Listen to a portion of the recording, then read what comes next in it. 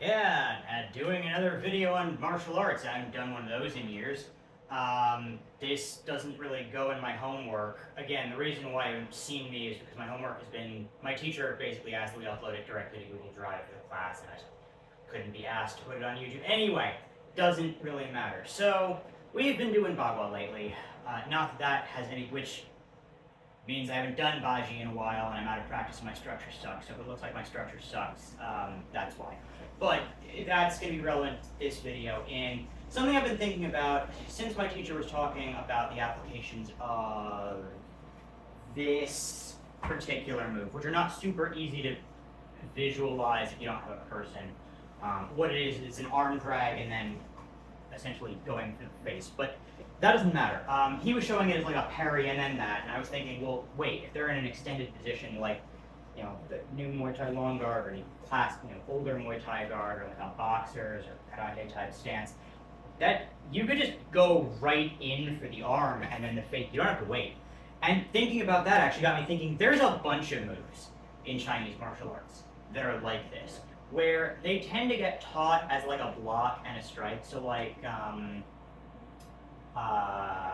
Hengda, right? Right? Like, you know, this gets taught as like parry, strike, parry. But why though? Again, if someone is out here, why not just, yeah, maybe I could parry a punch. Like, a lot of these parry and counter applications, as my teacher always emphasizes, it does work. It works if you can intercept their arm at 80% extension. If they're like at 99, it's not going to work. But the thing is, that means you basically need to start moving as soon as they're moving to get in contact at the right time. And also, you need to move, right? Then if you start moving, they're probably not going to be retracting before you get in. That's great, but it takes a lot of time and a lot of practice to be able to do that. And so it's not super easy. And something I was thinking is, there's a lot of these things where, so for example, in Kiwagan, we have, you know, the first move, Ki, right? That. What is that? Well, actually, I'll link this in the video description. This is actually, I mean, this move can be countering, like this low move is actually counted for a kick. It's not really relevant here. What it really is down to is this, right? What is that? This is a parry, asterisk, and then basically a big overhand. You see, the world's strongest man, I can't remember which world's strongest man, I don't remember his name. Within the UFC, he actually knocked out one of the Gracies with basically exactly this, right? But, boom, overhand, down he goes. And yeah, if you catch some, you don't even have to be super big or that good because you have so much rotation. You're going to hit hard with this, and you're hitting with the arm. That's going to hit really hard, like just by nature of how much movement it has. You have to set it up, but you have to set it up. And really, actually, again, if they're up here, just get that arm out of the way. I don't need necessarily to pull them down. I just need to make sure the arm is not in the way and that they're not blocking or punching me with it while I throw this, right, while this happens. Because as long as that lands, by the way, also point out that P does not have to be that. It can also be an elbow. Either way, right, getting this out of the way so that I can throw something big. Another one would be bao or swai. So depending on how you look at it, swai is like this, right? Again, this could be parry. Like, when are you ever going to parry a punch like this? No. Again, get it out of the way, hit. Get it out of the way, hit.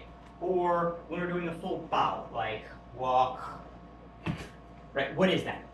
Well, if you slow it down, our moves hook. This can also be a takedown. I've shown this on the channel before as a takedown. And then my teacher did a video showing that exact takedown application that I suggested. But yeah, I mean, this is also a parry and a hook, or potentially a parry and a chop. It doesn't really matter.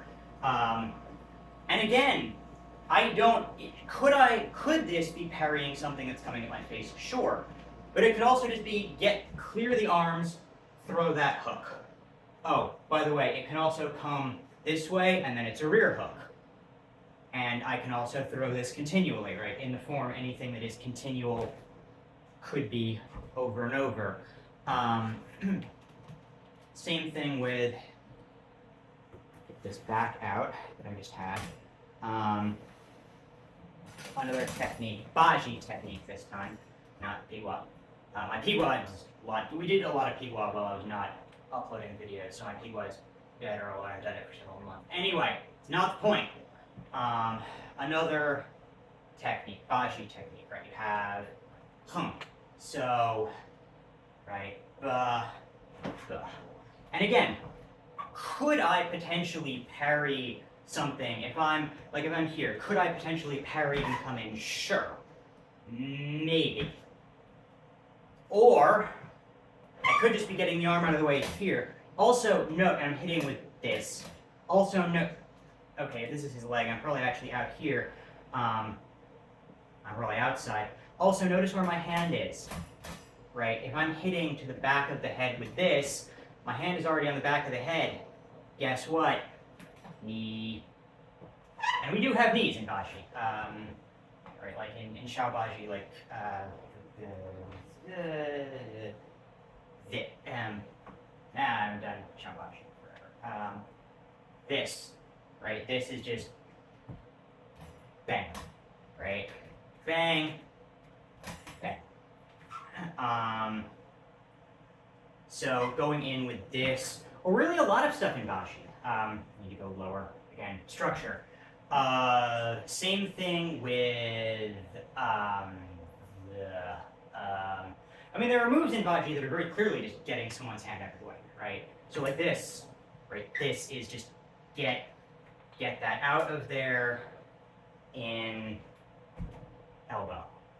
Or it's also a throw, but I'm friggin' tiny. The number of times where I'm gonna wheel throw someone could happen. I need to get myself in better shape to do it, and even then, too many people are too much bigger than me. I'm small, I'm 5'6". I'm like, I don't know, 140 some pounds. I'm not big.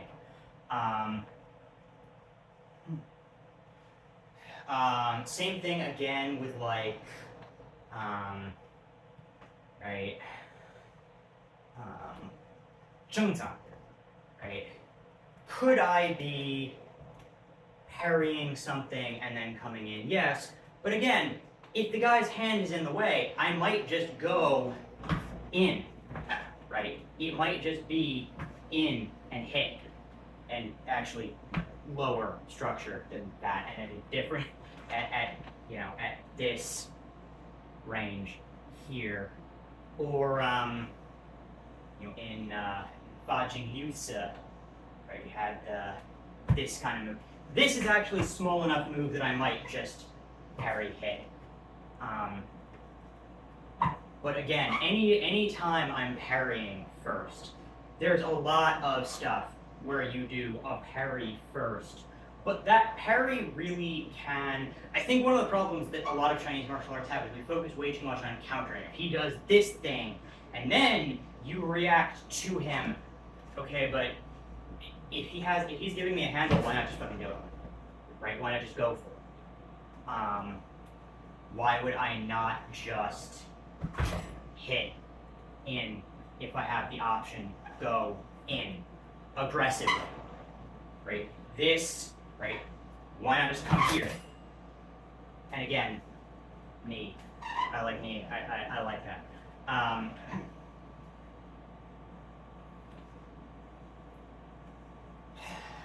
Something I think that needs to be thought about, something I think that needs to be tried more is how many of these block and strike techniques that we do aren't actually parry. I mean, yeah, okay, maybe sometimes, but how many of them actually are just get the hands out of the way and hit, right? Get it out of the way and hit. That's a I mean, it's like Chungzong, but it's a thing we did in Baguette. It doesn't matter.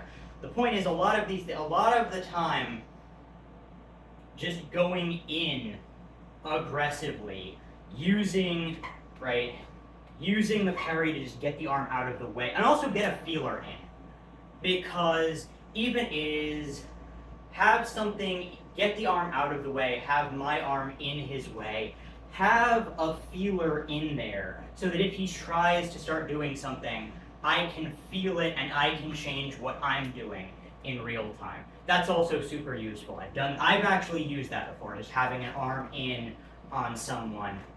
I actually managed to pin, it was a Taekwondo black belt, which is more a condemnation of Taekwondo in America.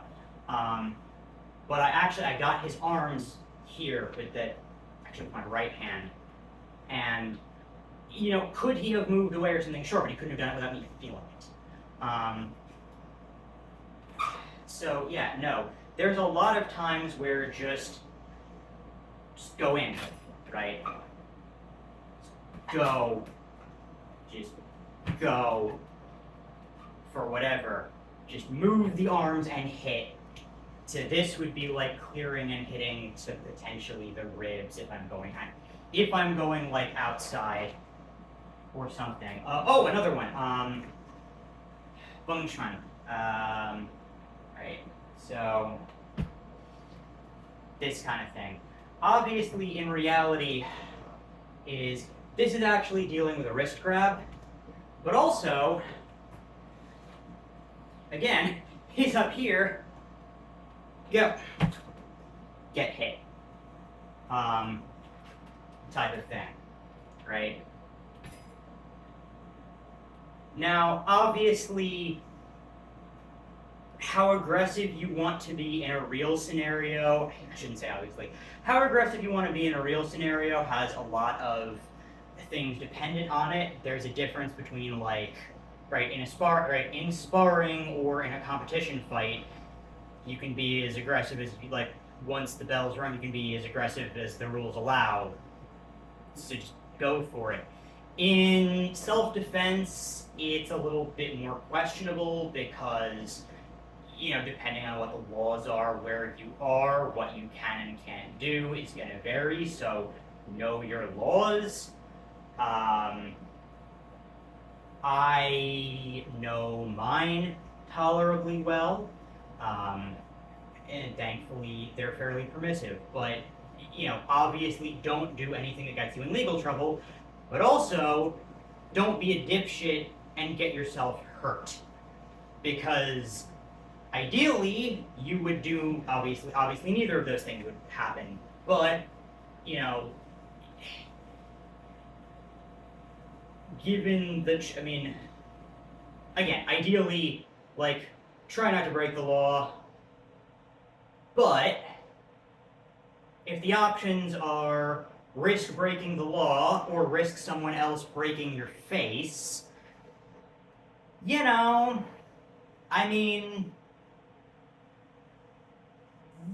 gonna have to pick which one of those you prefer. But in that scenario, you might, if someone's making it really clear that they're actually gonna go, and again, if they're doing this shit, they're telling you they want it, right? They're not, this is also why it's probably not the best idea to start an encounter by stancing up like this, or, this, or doing the fucking Muay Thai Nyan pose. Yes, I know, I think it's called the bear guard. Looks like the Nyan pose to me. Because if you're doing this or this, what you're telling someone you want to fight, and that's not ideal. I'd be like, hey, my hands are here, my face is pretty defended. But also, this is not saying I want to fight. If they're doing this, that is kind of signaling that they want to go. In fact, I said that to the Taekwondo black belt I mentioned earlier. After I demolished him, said, "Oh, I didn't really want to do it." And I'm like, dude, if you're not gonna throw down, don't put your hands up. Later, I found out that he was like a child molester or some shit. It's a whole damn story. Not the point of this video. But yeah, point of this video, sometimes you might actually just want to go aggressively. You might actually want to use the parry to just get the hands out of the way.